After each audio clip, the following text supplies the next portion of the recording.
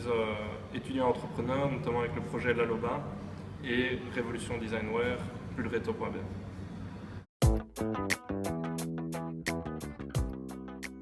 Donc en fait, tout au début, il n'y avait pas l'initiative n'était pas envisagée d'un point de vue économique, mais c'était simplement un projet qui m'intéressait.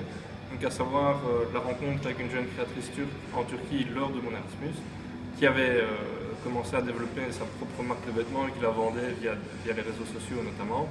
Et de fil en aiguille, on a fini par s'associer et on a finalement créé une entreprise pour pouvoir gérer tout ça. Ça n'a pas été facile, surtout quand c'est la première fois, tout est une découverte et donc forcément toutes les erreurs qui peuvent être commises sont commises, j'ai envie de dire. Et donc on est tout le temps en train de batailler pour avancer, de dire ah merde on aurait dû penser à ça, c'est vraiment, c'est pas facile.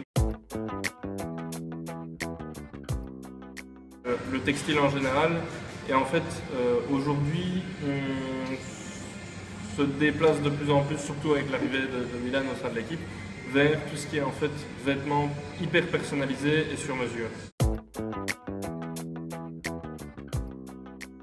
Maintenant ça va faire 1 an, nous sommes membres du Venture Lab, donc qui est l'incubateur pour les étudiants entrepreneurs.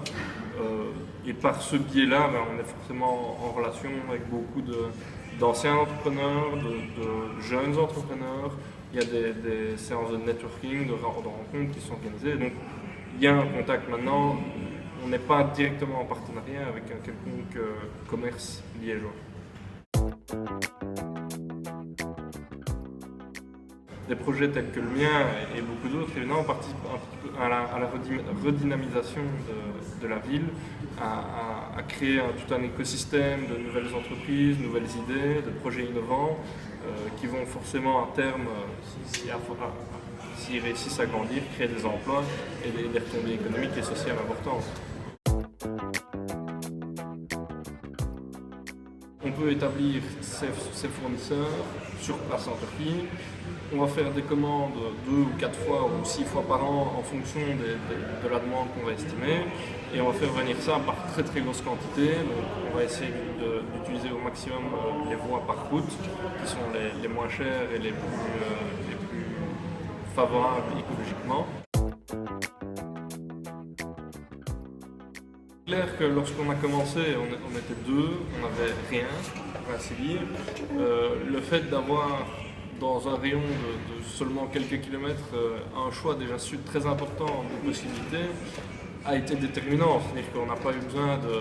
Je veux dire, si aujourd'hui je lançais le même projet en Belgique, ce ne serait pas possible de trouver des fournisseurs. Donc je serais obligé de visiter des pays extérieurs, ça coûterait de l'argent, ça prendrait beaucoup de temps. Donc c'est sûr que le choix initialement a été fait par facilité entre guillemets. Maintenant qu'on est un peu plus loin dans le projet et qu'on peut un peu plus prendre de recul et comparer les options, on se rend compte que la Turquie est de toute façon un bon choix.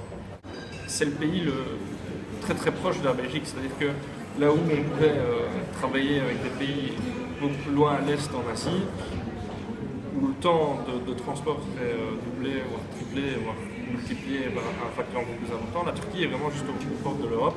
Le système belge met en place certains garde-fous, mais pour protéger les entrepreneurs.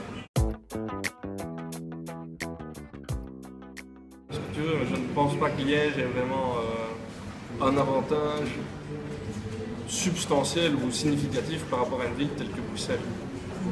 Alors, je veux dire, ce qui est peut-être à l'avantage de Liège, c'est tout le réseau et l'écosystème, Venture Lab, Green Square, Café numérique et compagnie. Enfin, je veux dire, il y a toute une série d'initiatives et de projets autour de ça que je ne sais pas si tu connais, mais qui sont vraiment très très bien et qui permettent de soutenir. Maintenant, je pense qu'il y a tout à fait la même chose qui existe à Bruxelles. La Belgique n'est déjà pas un grand pays, donc je veux dire, même si on serait à Liège, aller à Bruxelles ou inversement, c'est pas vraiment quelque chose qui va faire une différence.